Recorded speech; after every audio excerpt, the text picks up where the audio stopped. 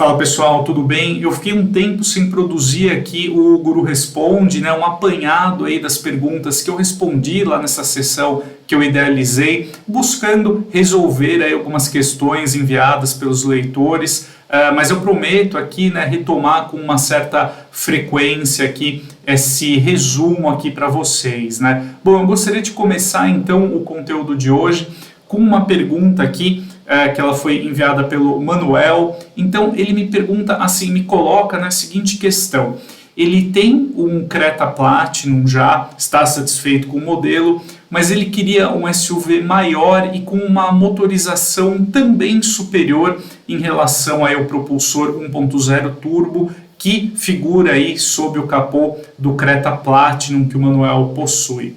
Então ele me apresenta aqui como sugestões, né, que ele está em dúvida então entre o próprio Creta Ultimate, né, partir aí para a versão topo de linha com motor 2.0 flex do próprio Creta, ou trocar aí o modelo por um Corolla Cross ou um Compass Longitude. Bom, então basicamente, né, que o cerne da questão do Manuel envolve essa questão da evolução tanto do porte quanto da motorização do modelo, levando em consideração também o custo-benefício, né? Pelo que o Manuel coloca aqui na sua dúvida, esse é um critério decisivo aqui, né, para a escolha aí, do próximo SUV. Então, eu acho que se a gente colocar todos esses atributos aí, eu acho que vale a pena o Manuel considerar sim a compra de um Toyota Corolla Cross. Por quê?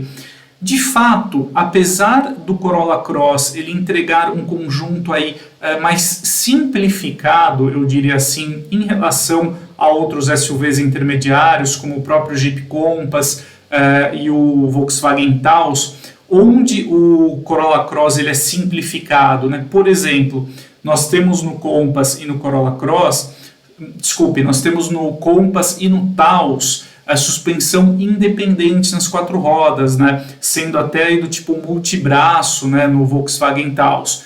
Enquanto o Corolla Cross, por exemplo, ele conta aí com suspensão semi-independente traseira, né, por eixo de torção. Então você percebe que a Toyota procurou simplificar alguns pontos do projeto do Corolla Cross exatamente para conferir aí ao seu SUV intermediário um custo-benefício mais competitivo. E a gente nota isso claramente quando a gente analisa a precificação do Corolla Cross em relação aí aos modelos, no caso aqui apontados pelo Manuel, né? Então, por exemplo, o Jeep Compass Longitude, hoje ele custa aí R$ 199.990 na maior parte do território nacional, enquanto já é possível adquirir o Corolla Cross XRE por R$ 173 mil. E a gente nota aí, né, que esse preço do Toyota ele nem é tão elevado assim em relação ao próprio Creta Ultimate, né, a versão topo de linha aí do SUV compacto, que hoje gravita aí nos R$ 167 mil.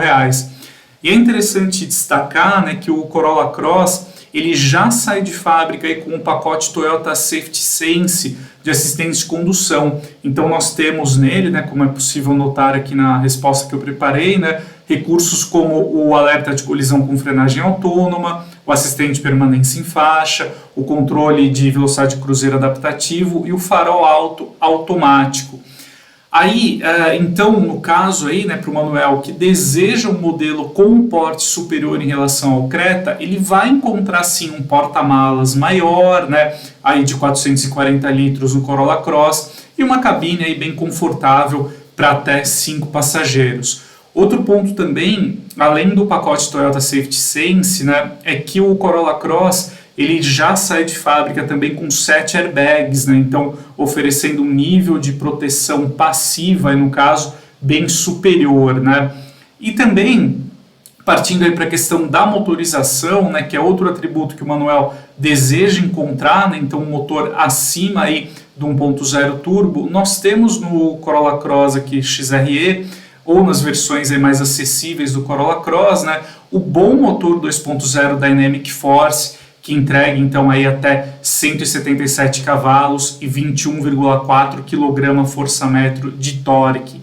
Então nós temos aí também boas respostas ao volante aí do Corolla Cross, graças a esse propulsor bem sofisticado até, né, que mescla aí injeção direta e indireta, e também graças à associação aí entre o motor 2.0 com a transmissão automática CVT, nós temos também um nível de consumo bem competitivo aí para o Corolla Cross com esse tipo de motorização.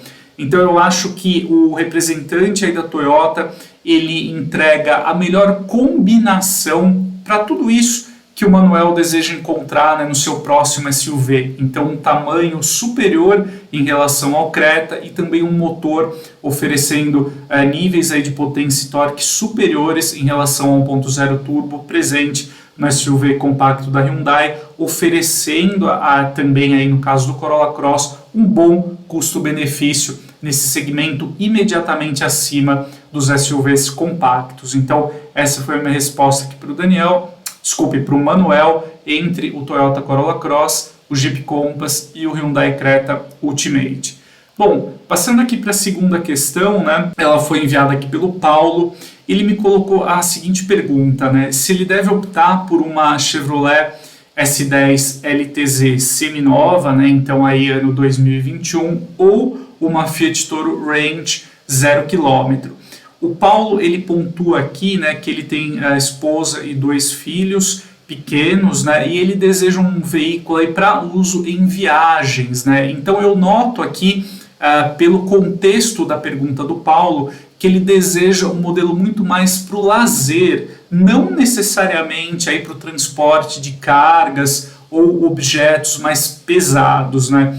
E eu acho, esse foi o centro aqui, né, do raciocínio aqui da minha resposta para o Paulo, que é isso que deve ser levado em conta quando a gente fala entre modelos aí de uma concepção mais convencional, como é o caso da Chevrolet S10, que conta ali com carroceria sobre chassi de longarinas, em relação ao modelo de estrutura monobloco, como é o caso da Fiat Toro. Por quê?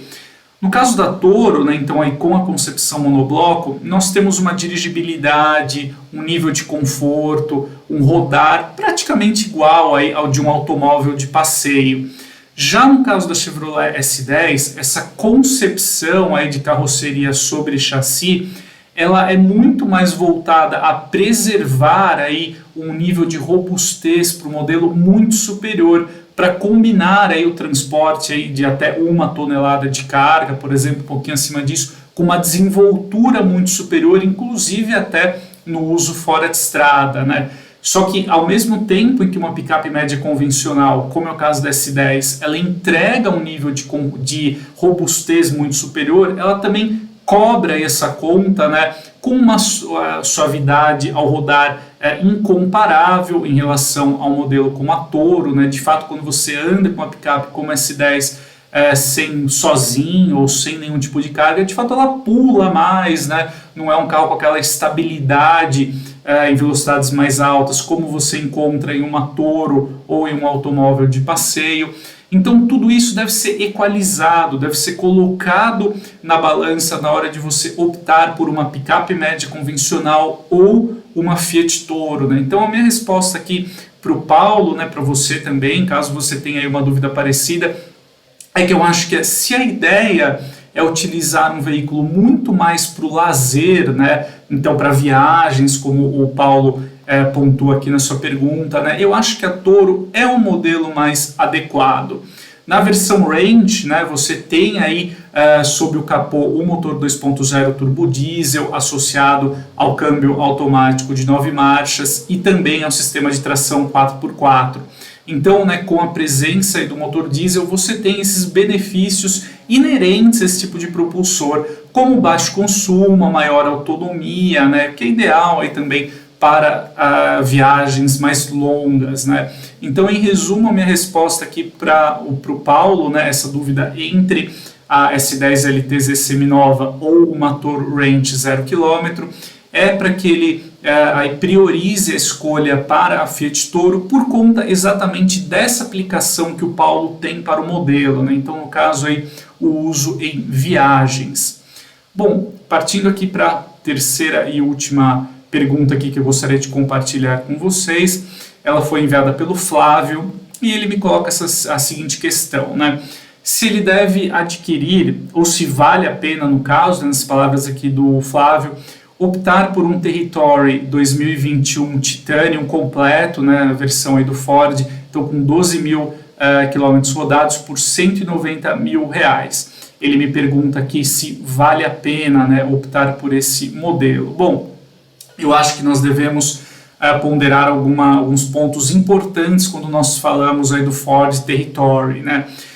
Eu acho que esse preço aqui, né, da unidade pesquisada aí pelo Flávio, né, no caso Territory 2021 Titanium por R$190 mil, eu acho que por mais que ele ainda seja um veículo novo, né, com algo em torno aí de 1 ano de uso, eu acho esse preço elevado demais, você pagar R$190 mil no caso aqui do Territory 2021. Por quê?